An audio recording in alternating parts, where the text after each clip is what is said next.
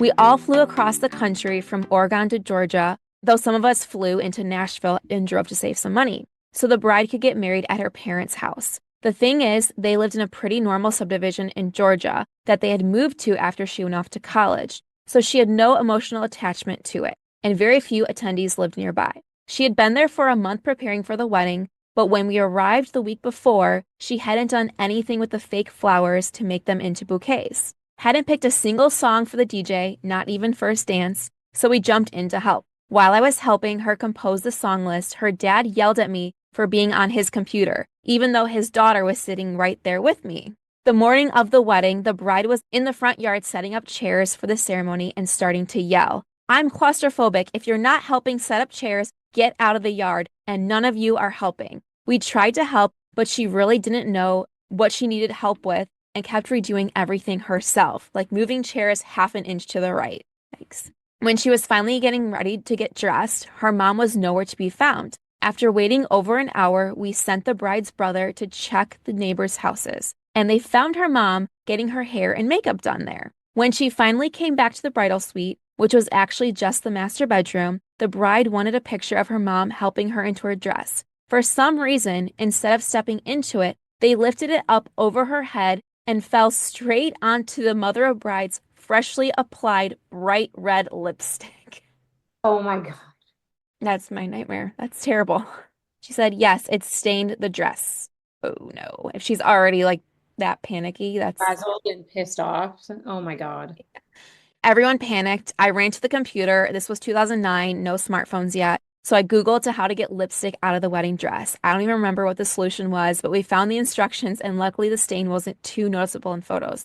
So we moved on with the day. The bride had insisted to get these fancy high heels that matched the floral belt on her dress. Most of the bridesmaids didn't order them in time, but we all had to have heels in colors that coordinated with the floral belt. I was her roommate, so I made sure to order them early. They were expensive and uncomfortable. You were talking about like the having everyone look the same. And of course, we had to walk through a yard in them since the aisle was in the grass. So that was something that was not thought through. This is already just like bad planning. Like this can all be attributed to a lot of bad planning. Yeah, this is just like not thinking of the logistics behind everything. It's like, yeah, you want these great shoes, but we're going to be walking in muddy grass or. Through the cracks.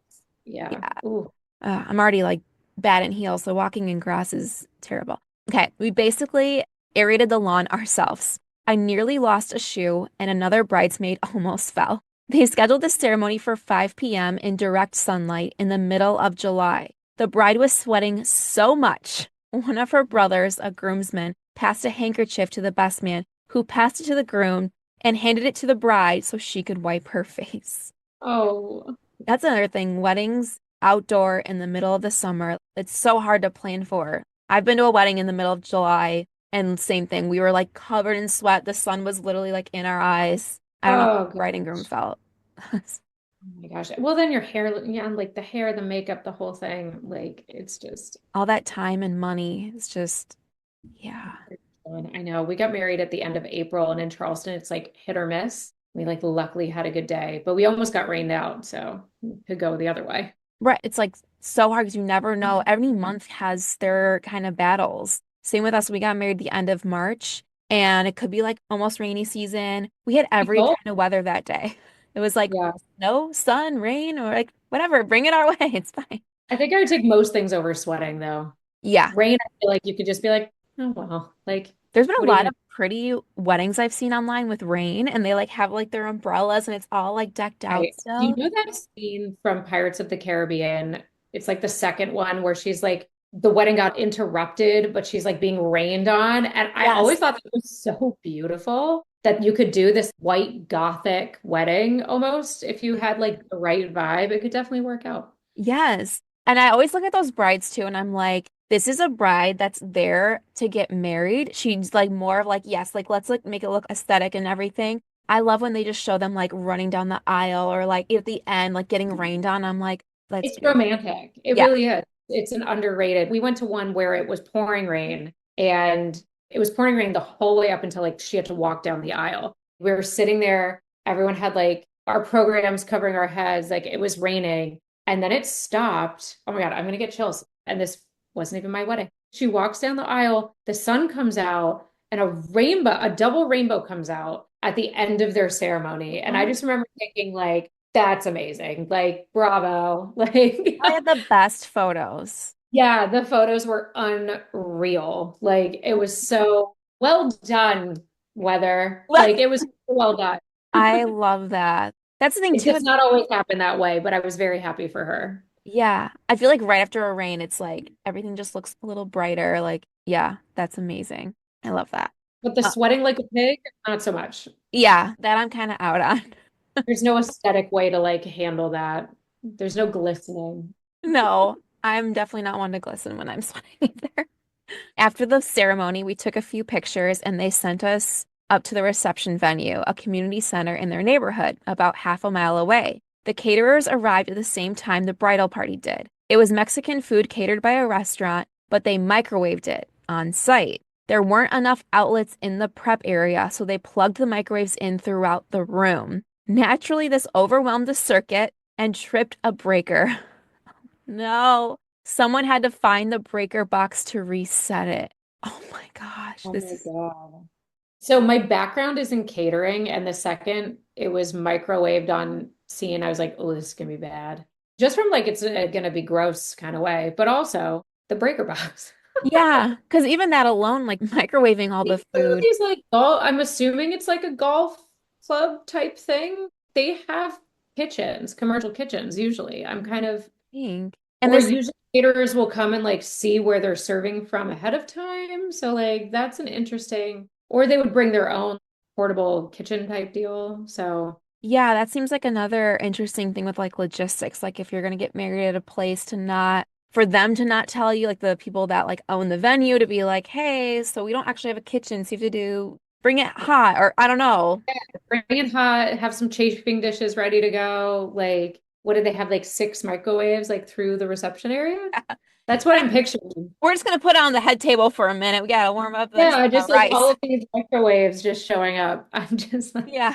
oh, this poor bride, does it get worse? Okay, even after all the guests had arrived and had been just standing around talking for 30 minutes, there was still no sign of the bride, groom, or photographer. There was no music, no announcements, and people were hungry. That's one of my worst things at a wedding. I feel like food needs to be like on time. Like, Priority, sure. People are yeah, hungry and can be drunk, so like feed them early. yeah.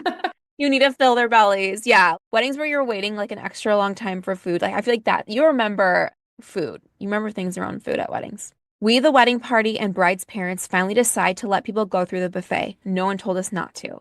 About 70 minutes after we arrived and around 15 minutes after everyone had eaten, the bride and groom finally show up. So they're all eating before the bride and groom come because no one knows where they Yep. are. I get it. Sometimes you do like cocktail hour, or you do like, but you got to feed people or give them drinks or something.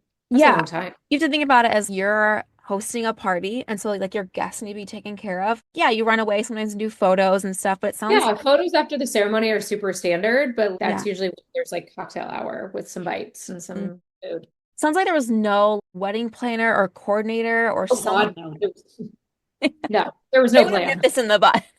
Yeah. Oh my gosh. So at that point, the DJ announces them. The bride was livid that people had eaten without them. Not much we could do at that point. We had gotten them plates and had them sit down so the rest of the schedule could continue. During the cake cutting, the groom ended up dripping chocolate down the front of the bride's dress. This Okay. Yeah, she's poor break dress. the toast. Let's just The go to bed dress at is this down, point. done. Yeah. Oh Oh, my God. why are we having dripping chocolate? We gotta think about these things when we The pick our cake and the desserts. dripping chocolate, I'm not sure I understand unless it's like a fondue thing, but Yeah. Yeah, maybe it's like a, was that chocolate fountain or something? I don't know. Oh gosh. The bridesmaids helped her to the bathroom to clean it up, and of course, it just smeared. Luckily, she was able to laugh this one off. Okay, that's good. Uh, okay, that's a win. yeah. The next day, we saw the couple at brunch before they left for their honeymoon. The only thing the bride could say about the wedding was that she still couldn't believe that we let people eat before they arrived.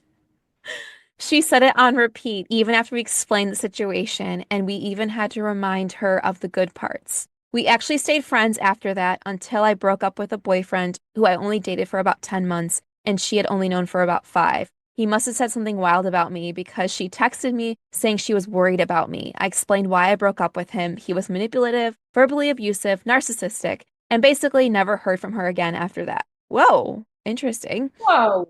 That That was a wild ending to like this girl stuck it out for this wedding. That she was doing her best. I mean, to make this day happen. I Oh, know. man. And after all that, to just get a friend broken up with. Ghosted. Yeah. Yeah. I mean, the ex-boyfriend must have said something really heinous. hmm I feel like you should corroborate that. Yeah, I would feel like if any of my friends, if their boyfriend or partner came to me and said something, I'd be like, yeah, I'm gonna trust my friend over Yeah, you. I'm gonna double check on that. We're gonna have a talk. Yeah. So she just ends with, last I saw, she and her husband are still married with kids and seem happy, at least from what I can tell on Facebook.